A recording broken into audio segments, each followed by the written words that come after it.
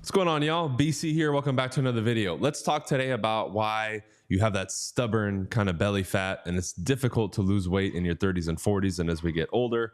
I just wanted to cover some basic stuff today that I was thinking about because I was having this conversation with a friend the other day who was looking to get a little bit more lean, and he's actually 10 years younger than me, but he finds himself having issues. But I see this majority of the time as an issue with people who are around my age, you know, late 30s getting into the 40s, and some people even as early as their late 20s. So let's get into it. Some of the reasons that, you know, you're holding on to more fat, you're getting fatter. Well, number one is this, right? We're typically, and I'm speaking in general here, less active as we get older. You walk less, you move less, you go to the gym less, right? And we start to fall into this pattern where we walk less, move more, exercise, you know, less overall in general, where everything is just in this steady decline.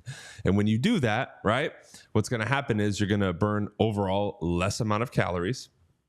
You're going to have less muscle typically, and that's going to create the state where it's easier for you to start putting on weight. And this is a gradual process for a lot of people, right? You might be putting on 5 or 10 pounds a year, and you don't look up until 2 or 3 years later, and you realize, hey, I'm having this issue. So one of the easiest things I can tell you is start logging your activity, like how much you're moving, taking steps and that kind of stuff, going to the gym. So you have an accurate assessment at the end of the week how much you're actually being active, because I would guarantee that most of you are way too sedentary. You don't move a lot. You might go to the gym for 30 minutes, but then you sit around the rest of the day, and that's just flat out not active enough. Okay, that's the first one.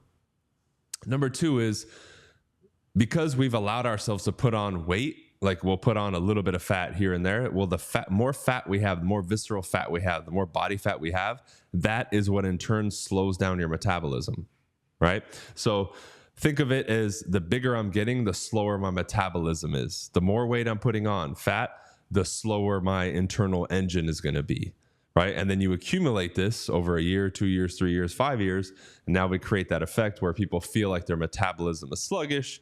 They're having issues when in reality, they put on a little bit of weight, but that little bit of weight that they put on over time is slowly lowering that metabolism. So now that effect gets worse and worse and worse and worse as time goes on, right? So that's something you definitely need to be mindful of is, hey, the leaner I get and the better in shape that I get, the better my metabolism is going to be. And that's just the way it is, right? The research backs it up.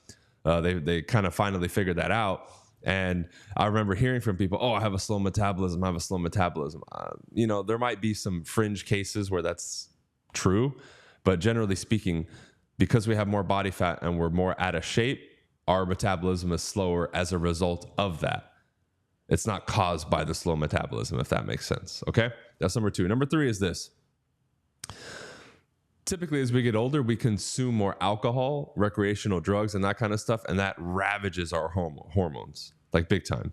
It's usually a combination of sleep, lack of sleep, inconsistent sleep, and alcohol and those kinds of substances. And the reason I bring those up is, as adults, we kind of have ushered that into our life like, well, it's normal. It's what we're supposed to do. Well, you have to make a choice.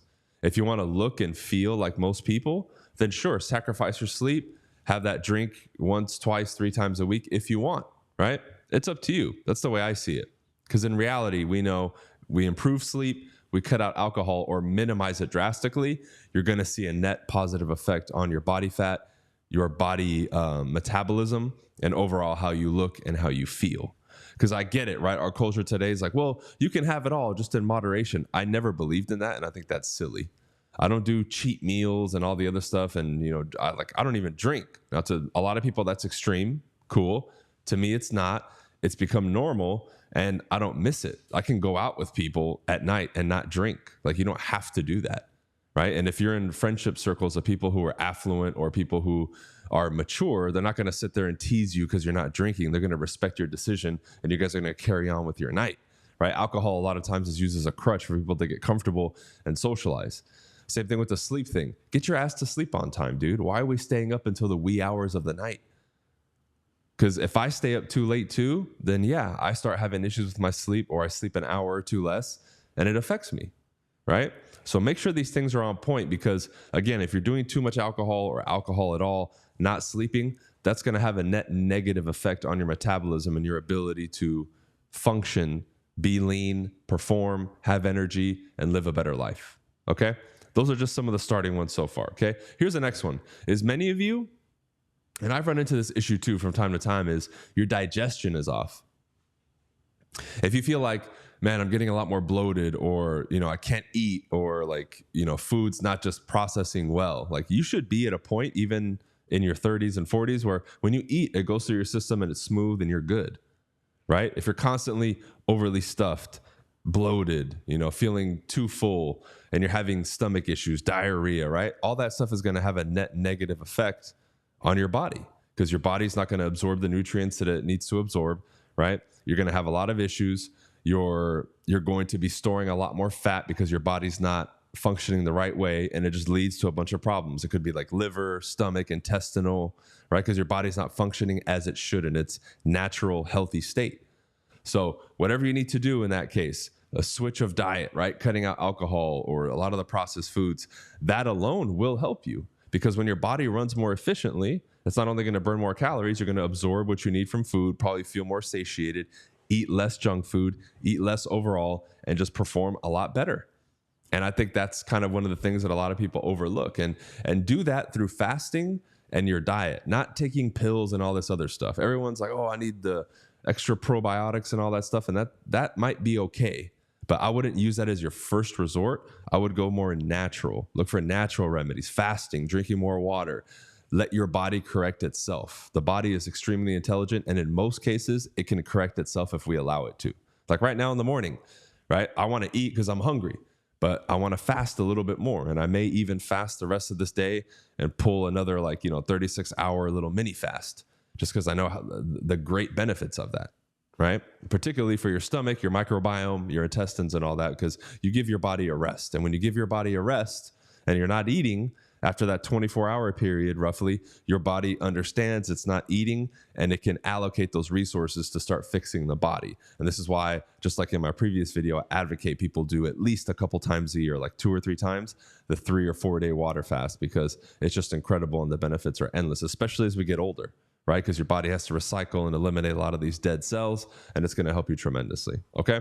So those are some of the tips. I mean, in addition to that, I'm going to tell you, build a little bit more muscle, right? We don't have to be bodybuilders here, but the more muscle you carry, the more calories you're going to burn in a rested state, right? And do what you can to drink more water and improve your circulation. That's a big issue that I see with a lot of adults, because they sit too much, right? And they have a lot of other issues. Their blood's not clean and their circulation is off. And when your circulation is off, that's going to cause problems too. And it's definitely going to affect the weight category, because again, when the body's not in its healthy state, it's stressed. And whenever you're stressed, cortisol goes up and a bunch of issues start happening and compounding on each other. And that one of the net negatives of that is to gain weight, and you don't want that. Okay.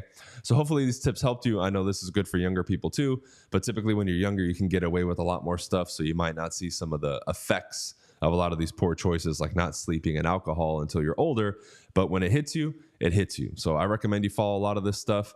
I've implemented it into my life and have had massive success with it. It's normal for me now. It's not extreme, but it's gotten me some really, really good results. So if you're trying to get rid of that stubborn, belly fat and some of the issues in your 30s and 40s, hopefully this video helped you. If you guys need anything, my resources are all below. Subscribe to the channel. I'm excited because we can almost fully monetize this channel. I need like 100 more watch hours, and we're super, super close. Okay, we'll see you on the next one. Peace.